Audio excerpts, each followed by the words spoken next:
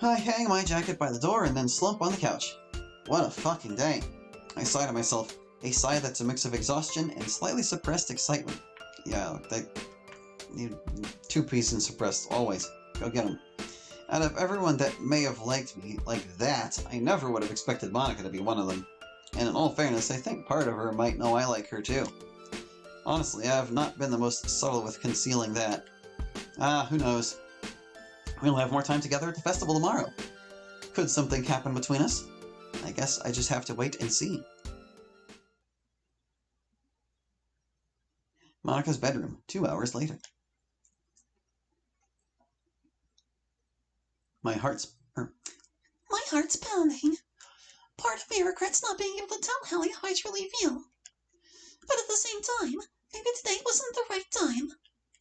Maybe I'll tell him after the festival. I really hope it goes well. It's the day of the festival. I check my phone for the time. 6:21 a.m. There's also a text from Sayori from 2:15 a.m. For Christ's sake, Sayori. Her text basically consists of her asking me to help her carry the cupcakes. Apparently, her and Natsuki made a few too many. To be completely honest, I'm surprised we still have cupcakes left. Natsuki was brave leaving them with her, giving her affinity to midnight snacking. Given her affinity. If she did eat any, though, I can't say I'd blame her. As I force myself out of bed, I decide to scroll through mine and Monica's texts from last night.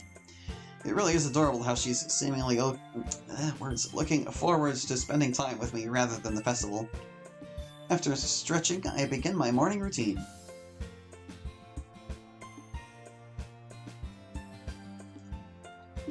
Once I'm in the kitchen, I check my phone for the time. It's only gone 7, so I have enough time to have a quick breakfast before I go to help Sayori. One of these days I'll have time to actually cook something for breakfast. Oh, who has time to cook in the morning? Whilst I'm eating my cereal, I can't help but be a little nervous about the festival. Sure, when I was just going around the festival in the first 2 school years, it was kind of fun. But back then I wasn't part of an event. I just gotta keep my nerves in check. It's not long until I find myself outside Sayori's house.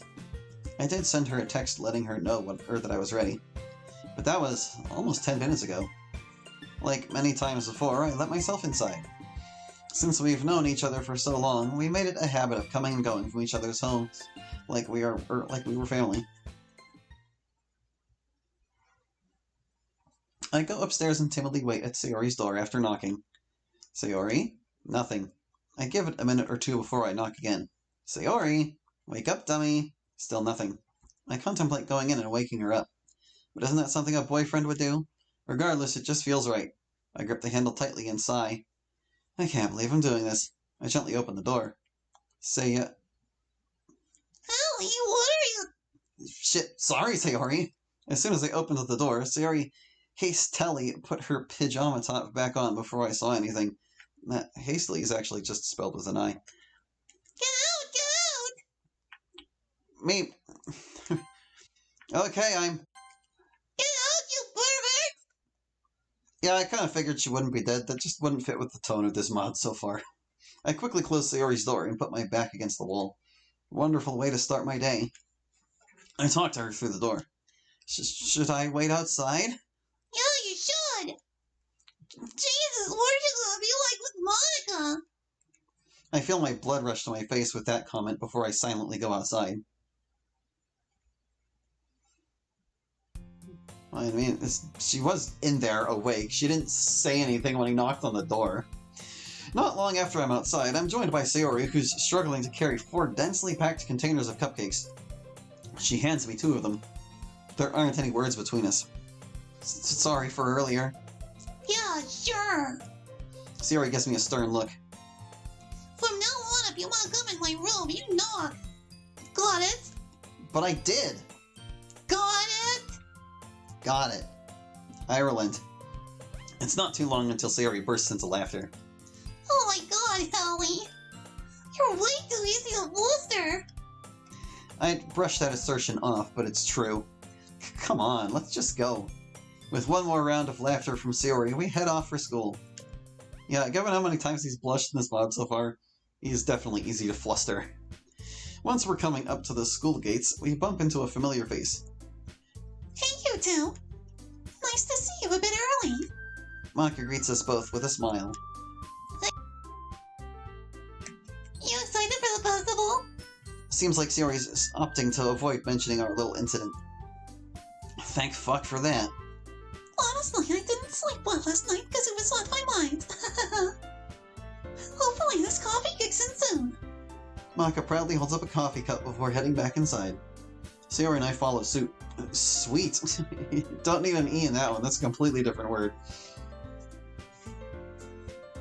Once we get inside the club room, Sayori takes her 2 containers and heads to the front desk. I rest mine on a nearby desk whilst Monica makes her way up to me. Hey, I got the pamphlets assembled last night. Wanna check them out? Of course. Monica proudly takes one of the assembled pamphlets and hands it to me. Hold on a second. They said there were 24 desks, right? Well, hold on. There's like 1, 2, 3, 4, 5 in each row, and there are 1, 2, 3, 4, at least 5 rows. That's 25 desks, my dude. Monica proudly takes one of the assembled pamphlets and hands it to me. As I flick through the pages, I marvel at how professional everything looks. The design is crisp and clear, and everyone's poems are displayed neatly. These look amazing, Monica. Thanks, Allie. She smiles dreamily at me before looking away slightly. She seems to be deep in thought about something. Her eyes then lock back onto mine. She lowers her voice in an attempt to not catch Sayori's attention. You still up for spending time with me after the event? I wouldn't miss it for the world. Yeah, me neither. Why are we whispering? Just festival stuff. I mean, she was kind of telling the truth. Mm-hmm. The smirk on Sayori's face hints that she's aware of our plan, though she seems to be welcome to Monica and I spending more time together. Of course, I don't know if that's something she's always been up for, or she still feels bad about what happened at the cafe. Given that it's Sayori, it's more than likely the former. Both girls soon go off to start setting up the pamphlets and cupcakes on the desks. There's still some stray cupcakes on the front desk. Maybe I could... fuck it, Natsuki's not here yet. We got smacked. I reached my hand out and... Smack! Ow! What the fuck? Not a chance in the world, fucko! Well, not yet anyway. I rubbed the hand that Natsuki smacked. It didn't even hear her into the room. Oh well, I guess I deserved that. Morning to you too, Nat. Do I need to smack your face too? Nah, I don't think so. Good! Still reserve the right to, though. Looks like she's in a good mood, so I can't really complain. Yuri giggles gently from across the room. I walk over to her as she's setting her belongings on the table. Morning, Yuri. Good morning to you too, Hallie. How's your hand doing? Yuri must have noticed I'm still rubbing my right hand. It still stings, but I'm sure it'll be fine. Just how hard did Natsuki slap me? My attention is then drawn to the items that now decorate Yuri's desk. There's assorted candles, an essential oil diffuser, 2Fs in diffuser, and taking up the 2 desks next to her, a large folded banner. Damn, Yuri. You really went all out for this. Yuri smiles dreamily to herself, acknowledging my compliment with a polite nod. I wouldn't do less for an occasion such as this, especially once run by my friends. Whilst I'm still a little nervous for the recital itself. Okay, Yuri using whilst feels kind of natural, honestly. But all the rest of the times, man? I'm confident enough that the rest of you will make the event special. I wouldn't undermine yourself like that. You'll be fine, Yuri, I promise. I hope you're right. I place a hand on Yuri's shoulder to reassure her, causing her to hide her face behind both her lavender hair and a veil of crimson. Sensing the impending awkwardness of the situation, I changed the topic. So, could I help you hang the banner up?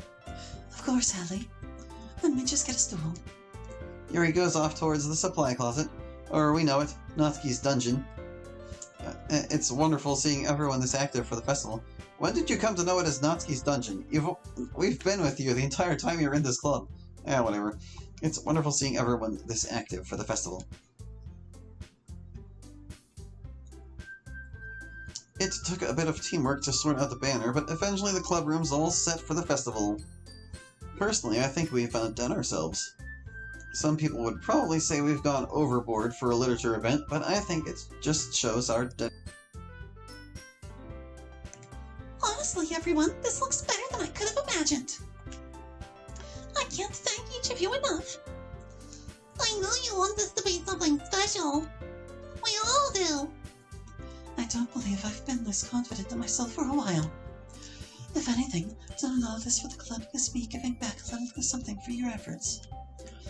I know I've been a bit of a pain in the ass about all this, but I really want the club to succeed too, you know. Plus, we're all in this... Plus, we're all in this together. We've got this. With our shared enthusiasm at its highest peak, don't need the apostrophe, we prepare for the start of our event. I can't wait.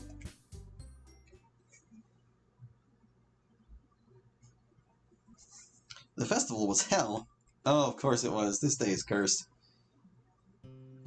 A highly awkward, tense silence fills the club room. To say our event was a disaster would be an understatement. But it wasn't any fault of our own. Some of those students...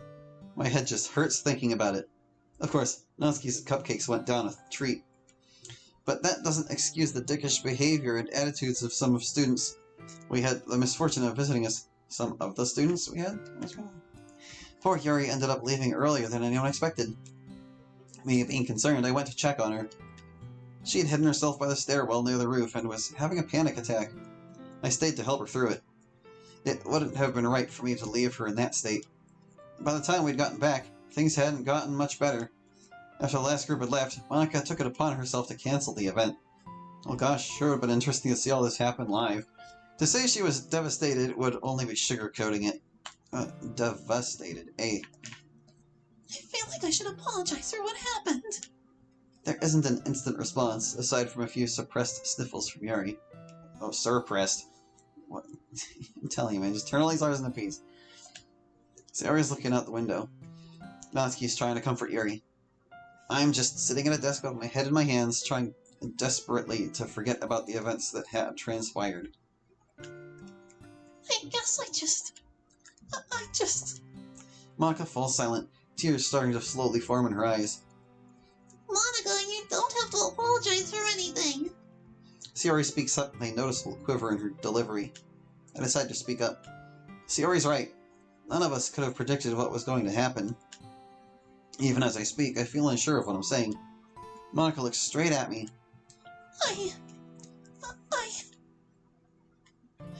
Excuse me a minute. Monica turns on her heel and practically storms out of the room. Due to the silence in the club room, we can all hear Monica's echoing footsteps and the fading sounds of her starting to cry. There aren't any more words. Actually, you would need that to be 2 words there. Any space more. There you go. ... I'll be right back. Ellie? I'm sorry, I paused, giving me enough time to clarify my thoughts. Remembering how Monica was when something as small as a printer malfunction happened, God only knows what she's gonna be like now. I gotta make sure Monica's okay. Before Sayori can say anything else, I rush out of the door. Screw what ideas any of them get. I can't just leave on her own when she's like that. Can't just leave her on her own? I try to call out to her in vain, only being greeted by the sounds of my voice echoing through the empty corridors. I press on, getting progressively faster as I reach the familiar stairwell. If there's one place Monica could have retreated to, it'd be the roof. Once I open the door, I can spot Monica in the corner of my eye. She's hunched over on the bench where we've been sitting together recently, sobbing fairly loudly. Her crying on Sunday was one thing. This is something else. After taking a deep breath, I walk over and sit down next to her. She slightly tilts her head to acknowledge my presence, but she remains partially silent. Guessing this is another British spelling. Feeling as it would be the right thing to do, I rest my arm over her shoulder. Ellie? Monica, I can't say enough how sorry I am about what happened at our event. But you've got nothing to apologize for. Yes, I do. I said it would be perfect. But besides, this runs deeper than just the event for me. I don't understand. It's been like this for years. I don't understand by myself, but I've accepted how things are. I've accepted how things are? Just what is she on about? Unless she's trying to tell me something. Monika's eyes pierce mine, her tears more pronounced than before. Despite them being the same beautiful green eyes I've come to know, the look she's giving me is one that seems almost alien to me.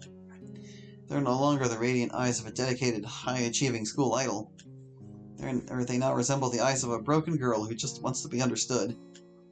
Again, nothing that I would have ever expected from Monika. Can I trust you, Hallie? Of course. The way she asked that worries me. That question. The day Sayori told me about her depression, she'd asked me the same question. Monika raises to her feet, wiping her eyes with her sleeve as she does so. Ever since I was younger, my dad would always push me to excel at everything. Normally, that shouldn't be a problem. I'm sure most parents want their child to do the best they can. But when my grades started to slightly slump in grade school, he started to act out. Like, you can only be called stupid and a failure so many times until you start to believe it. But you're, like, the furthest thing from stupid. I was stupid because I thought that things would get better, that things would change. The only thing that changed was how bad the pressure got from not just my dad, but from school as a whole. Monika stops, slightly choking on her words. She takes a moment to collect herself. Do you remember the first poem I ever shared with you? Monika's solemn, yet still vibrant eyes stare into my own, lean in. It almost feels like she's trying to look beyond my eyes and into my heart. I nod slowly, and Monika sighs, not moving her gaze one bit. Well, it was about me. Like, I used to be able to tolerate being placed on a pedestal because of how well off I seemed. Pedestal A, not two O's. But now, Her voice chokes slightly. I fucking hate it. She turns away from me and takes a few steps forward. Even though I can't see her face, I can tell she's looking beyond the horizon of the nearby city, looking beyond the roof's wire fences if she's seeking something. I hear her sigh. You know, Hallie, halfway through the second year, I was going to jump off the roof. Just because I couldn't take it anymore. That's how bad it got. Monika looks right at me with glassy eyes. I'm speechless. Whatever I may have expected Monika to tell me, anything related to suicide thoughts never crossed my mind. Oh, suicidal, it said. She inches a little closer towards me. You're the first person I've ever told that part to. Why? My voice comes off as a shaky whisper. Monika averts her eyes in response. Why me, of all people? What about the rest of the club? The rest of the club have their own issues that they've trusted me with. To have me burden them with what's basically nothing but petty shit compared to what any of them are going through. That would be selfish. No, it wouldn't. They're your friends, Monika. Aside from Sayori, I don't know anything about what any of the others are going through. But I know this. If they couldn't trust you, I doubt they'd tell you what was going on. Monika's eyes don't meet mine. She only shrinks into herself more. It's not selfish or burdening them with anything. They would care, Monika. Monika remains silent for a few moments. She then returns to the bench and sits, on the verge of crying once more. Why did you come up here, Hallie? Because I love you. I spoke without thinking. How could I let that slip at a time like this? Monika stammered into silence, affirms my dread that she had, in fact, heard what I just inadvertently confessed. I came up because I was worried about you. After yesterday, I was panicking about what you'd be like if the event went wrong, and I just wanted to make sure you were okay. I choked slightly on my own words. There's no way in hell she's going to fall for that excuse. Maybe I'd be better off just shutting my mouth.